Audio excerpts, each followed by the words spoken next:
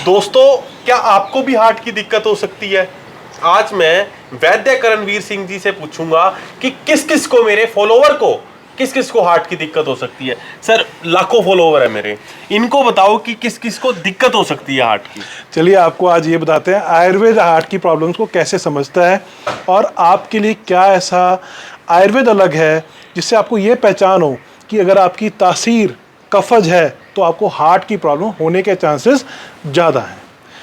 तो दोस्तों, आप सब समझते हो वात पित्त कफ 3 पैरामीटर्स आयुर्वेद के।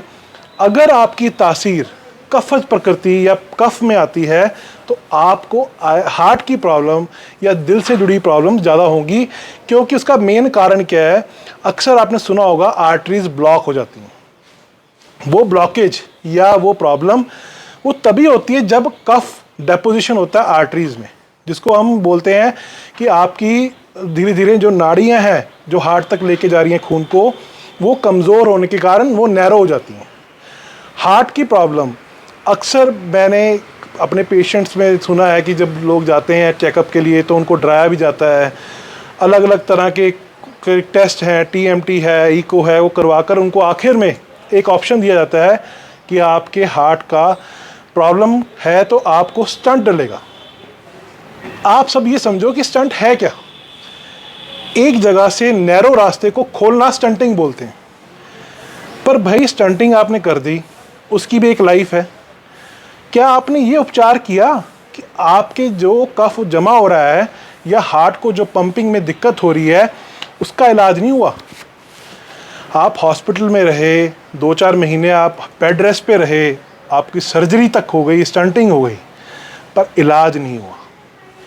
ये सबसे बड़ा अफसोस है कि पेशेंट को स्टंटिंग कर कर ये जताया जाता है कि आपका इलाज हो गया, आप ठीक हो, आप ठीक हो। यहाँ से उस पेशेंट की जो एक स्टोरी है वो चेंज हो जाती है। उसको ब्लड थिनर देकर, बीपी की दवाइयाँ देकर, 3 टैबलेट चल पड़ती है, कोलेस्ट्रॉल, बीपी और ब्लड थिनर। आप बिल्कुल सही कह रहे हो। पर मुझे आप ये सब बताओ, जो खून पतला कर रहे हो आपको ऊर्जा देने वाला वो खून है, आपकी इम्यूनिटी को बरकरार रखने वाला वो खून है, तो आप अपने नेचुरल इम्यूनिटी को डैमेज कर रहे हो या नहीं कर रहे? बिल्कुल हो रही है सर। आप उस इम्यूनिटी को डे बाय डे कमज़ोर कर रहे हो या नहीं कर रहे? बिल्कुल बिल्कुल सर, सही है। और आपको पर कोई रास्ता नहीं मिलता। आप इसलिए ये चीज़ें कर रहे हो कि हार्ट पे प्रेशर ना आए। आयुर्वेद क्या कहता है? आयुर्वेद कहता है हार्ट के ऑर्गन को अच्छा बनाओ। बजाय कि खून पतला करो, आप अपने वेसल्स, आर्टरीज को स्ट्रांग करो। जो पंपिंग ऑफ हार्ट है उसको बढ़ाओ। अर्जुन की छाल, दालचीनी, लहसुन, कितनी सिंपल चीज़ें हैं, आप सबने सुनी भी होंगी, पर आप सब आखिर में यूज़ क्या करते हो? ब्लड थिनर, बीपी की गोली या कोलेस्ट्रॉल की गोली। आपको ये पता होने के बावजूद इतना डर मन में बिठाया जाता है कि ये चीज़ें आपके लिए हानिकारक हैं, फिर भी आप इनका सेवन रोज़ करते हो। पर रोज़ करने के बावजूद आप ठीक नहीं महसूस करते। हार्ट आपका पंपिंग ऑर्गन है, पहले सांस से लेकर लास्ट सांस तक चलेगा। आपको क्या इतना कमज़ोर लगता है भगवान कि आपके लिए जो हार्ट है या आपका जो दिल है इतना कमज़ोर बनाया होगा भगवान ने कि उसकी फंक्शनिंग आप कुछ समय के बाद डिस्टर्ब हुई देखो? नहीं। प्रॉब्लम है हम उसको सही तरीके से समझते नहीं, आहार और विहार को ठीक तरह से उसको नहीं समझकर अपनाते। सर, एक चीज़ इसमें मैं यही पूछना चाहता हूँ, मान लो किसी को हार्ट अटैक आ गया, उसकी 2 आर्टरीज हैं वो ब्लॉक है, हाँ ठीक है, क्या कितना समय लगेगा उसको दोबारा ठीक होने में अगर वो स्टंटिंग ना कराए? देखो, बहुत सारे पेशेंट्स ये क्वेश्चन या ये स्थिति लेके मेरे पास आते हैं। होता क्या है, डॉक्टर भी आपको 2 से 3 महीने का समय देता है कि भाई ऑपरेशन डेट आपकी इतनी देर बाद होगी।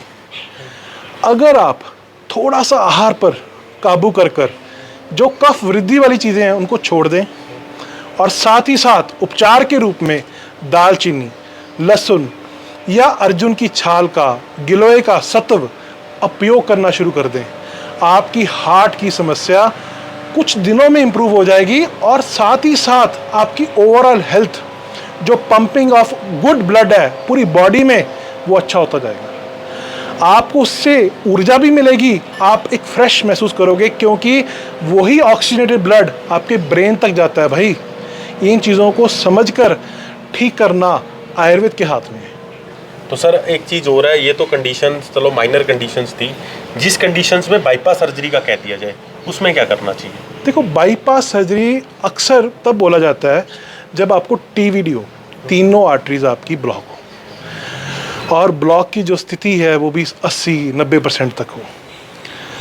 अगर आपको कोई सिम्टम नहीं मिल रहा, आपकी बॉडी लथार्जी नहीं है, आपको सांस ब्रेथलेसनेस नहीं हो रहा, आपका बीपी सामान्य है, और ऐसा सिम्टम नहीं पैदा हो रहा कि इमरजेंसी क्रिएट हो जाए, तो एक बार जरूर आयुर्वेद का सहारा लीजिए। क्योंकि मैंने अपने केसेस में देखा है उसमें भी इम्प्रूवमेंट होती, क्योंकि आर्टरी चाहे एक है चाहे 3 है, जो रोल ऑफ एक्शन है आयुर्वेद का वो सेम है। मतलब कहना आप ये चाहते हैं कि जब ठीक होंगी तो तीनों ही होंगी? हाँ, बिल्कुल सही बात। बिल्कुल, क्योंकि आपकी इम्यूनिटी के साथ आपकी filtration of blood, oxygenated blood को उस पर काम किया जा रहा है। आपका रक्त धातु, अरे भाई आप सब कफज प्रकृति, आप सब, मैंने आपको जैसे बोला कि कफज प्रकृति में होता है। आपको आज सिंपल सा एक फंडा देता हूँ, जिन लोगों का खून थिक है और वो बाय बर्थ थिक है, वो सारे कफज हैं। मतलब उनको कोई खास दिक्कत होने नहीं वाली, क्योंकि वो कफज हैं, उनकी टेंडेंसी है हार्ट जैसी प्रॉब्लम्स का होने का। इसलिए घबराने की जरूरत नहीं, आपकी भगवान ने तासीर ऐसी बनाई है। आप इसको सिर्फ अच्छी तरह से समझकर इसको ठीक कर सकते हैं, अपनी बॉडी को सपोर्ट दे सकते हो कुछ हर्बल्स या कुछ ऐसी मेडिसिन्स, ऐसे उपचार से जो बॉडी को डिटॉक्स भी करे।